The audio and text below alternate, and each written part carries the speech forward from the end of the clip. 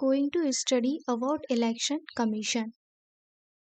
Election commission यानी कि निर्वाचन आयोग election commission of India is a constitutional authority.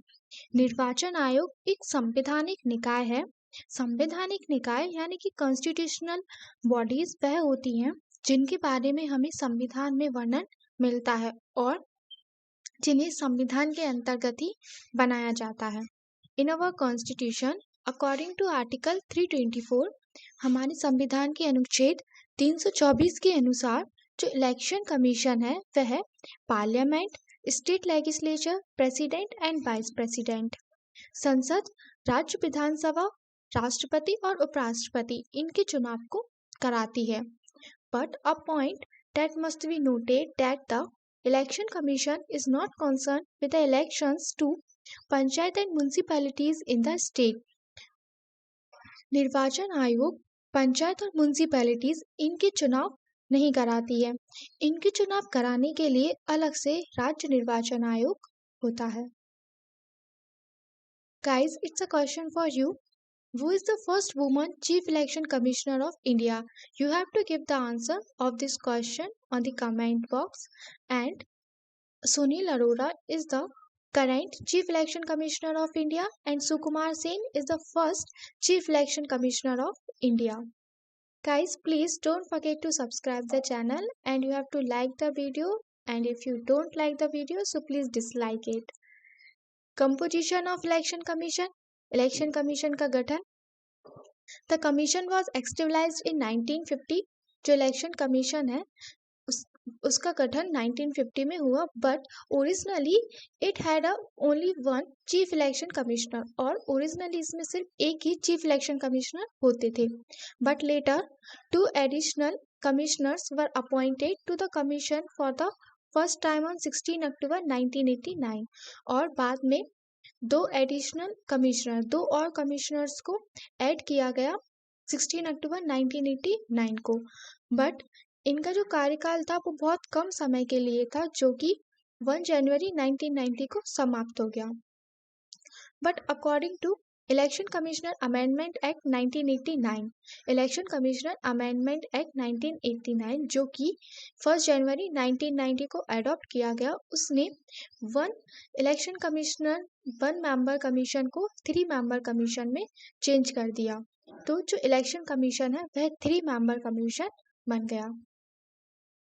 Salary and tenure. जो इलेक्शन कमीशन है और उसके मेंबर्स हैं उनकी salary. The Chief Election Commissioner and the 2 election commissioners who are usually retired IAS officers draw salaries and allowance at par with those of the judges of the Supreme Court of India. जो chief election commissioner होते हैं and 2 other election commissioners होते हैं वो mainly IAS officers ही होते हैं और उन्हें उनकी जो सैलरी है और जो भी सुविधाएं मिलती हैं वह सुप्रीम कोर्ट के जज के बराबर ही मिलती हैं। यानी कि जो सैलरी और जो सुविधाएं सुप्रीम कोर्ट के जज को मिलेंगी वही इलेक्शन कमीशन के मेंबर्स को मिलेंगी। And it according to chief election commissioner and other election commissioners rule 1992 के अकॉर्डिंग। एंड इलेक्शन कमीशंस के जो मेंबर हैं उनका कार्यकाल, they hold office for a term of 6 years। जो इलेक्शन कमिश्नर के मेंबर्स हैं उनका जो कार्यकाल का समय होता है वह 6 वर्ष होता है और until they attend the age of 65 years या फिर उनकी जो आयु है वह 65 वर्ष हो जाए। इन दोनों में से जो भी पहले होता है या तो उनका 6 वर्ष का कार्यकाल पहले पूरा हो जाए या फिर उनकी जो आयु है वह 65 ईयर ऑफ एज कंप्लीट हो जाए। तो इनमें से जो पहले पूरा होगा तब तक ही वह अपने पद पर बने रह सकते हैं। Now functions of election commission. Election commission के कार्य। The power and functions of the election commission can be classified into 3 categories. Election commission के जो कार्य हैं उनको 3 भागों में बांटा गया है।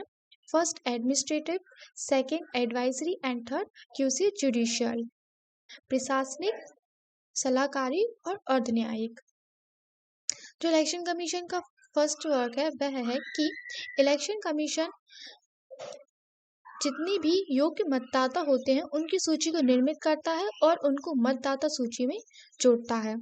सेकंड, कि चुनाव की जो तारीख है या उसका जो समय है और कैंडिडेट्स के नामांकन पत्र का परीक्षण भी चुनाव आयोग ही निश्चित करता है। ये सब भी चुनाव आयोग ही डिसाइड करता है। एंड जितनी भी पॉलिटिकल पार्टीज हैं उनको मान्यता चुनाव आयोग देता है और उनके बीच जो इलेक्शन सिंबल्स है वह भी वही बांटता है। And in case of any disputes between the political parties, यदि किसी भी पॉलिटिकल पार्टी राजनीतिक दल के बीच चुनाव चिन्ह को लेकर कोई मतभेद हो जाता है तो वह भी इलेक्शन कमीशन ही सुलझाता है। यदि मतदान के समय कोई मतभेद हो जाने पर इलेक्शन कमीशन चाहे तो ऑफिसर्स को अपॉइंट कर सकता है। Here also some other functions of election commission like जो इलेक्शन कमीशन है वह पॉलिटिकल पार्टीज और उनके जो कैंडिडेट्स हैं उनको में आचार संहिता भी लागू करता है या उनके लिए आचार संहिता निर्मित करता है। यह काम भी इलेक्शन कमीशन का होता है। And election commission also prepare a roster for publicity of the policies of the political parties on radio and TV in times of election. मतदान के समय इलेक्शन जो निर्वाचन के समय पॉलिटिकल पार्टीज की जितनी भी पॉलिसीज होती हैं उनको प्रचार के लिए रेडियो या टीवी पर इलेक्शन कमीशन रेडियो टीवी पर उनके कार्यक्रम की सूची निर्मित करता है। यदि मतदान केंद्र पर हिंसा की स्थिति बनती है तो इलेक्शन कमीशन उस कंडीशन में चुनाव को निरस्त भी कर सकता है, मतदान को रोक सकता है। एंड इलेक्शन कमीशन का जो मेन फंक्शन होता है वह है कि वह भारत में अपने देश में स्वतंत्र और निष्पक्ष चुनाव कराए। स्वतंत्र और निष्पक्ष चुनाव कराने के लिए ही इलेक्शन कमीशन का गठन हुआ है और उसका यही वर्क है कि भारत में स्वतंत्र और निष्पक्ष चुनाव कराए जाएं। With it, I complete the whole topic of election commission. Thanks for watching the video. Guys, please like, comment and subscribe the channel. Have a nice day.